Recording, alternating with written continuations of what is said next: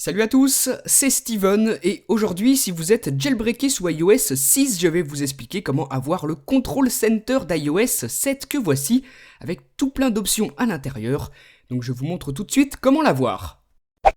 Le Tweaksidia s'appelle Logbar Pro, c'est la version améliorée d'un Tweaksidia qui s'appelle Logbar Settings que je vous avais déjà présenté il y a un petit moment et qui vous permettait d'avoir en glissant vers le haut les principaux réglages système sous forme de petites icônes comme ceci. Donc voilà comment ça se présente, les raccourcis sont placés sous la barre de déverrouillage, on peut glisser à droite, à gauche et on a aussi le contrôle de la luminosité.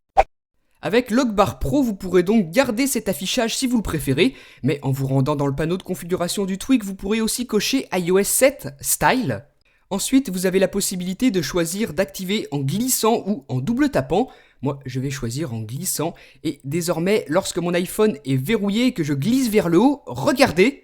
On a un Control Center très inspiré de celui d'iOS 7, par contre il est moins complet, vous aurez le contrôle de la luminosité, ici c'est la rotation, et vous pouvez glisser vers la droite ou vers la gauche pour faire défiler les différents raccourcis pour les réglages système, où on retrouve par exemple le Wi-Fi ou encore la torche. Donc voilà ce que propose ce tweak, par contre à l'inverse d'iOS 7, le Control Center ne sera pas accessible partout sur votre appareil, mais seulement sur l'écran de verrouillage avec tous les raccourcis, et notamment un pour vous rendre directement dans les réglages. Là, vous allez avoir la liste de tous les raccourcis disponibles et vous allez pouvoir en modifier l'ordre.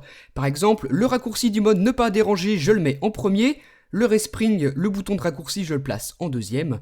Donc voilà comment ça fonctionne et si vous voulez que certains raccourcis n'apparaissent pas dans le Control Center, vous les placez ici, dans la dernière section.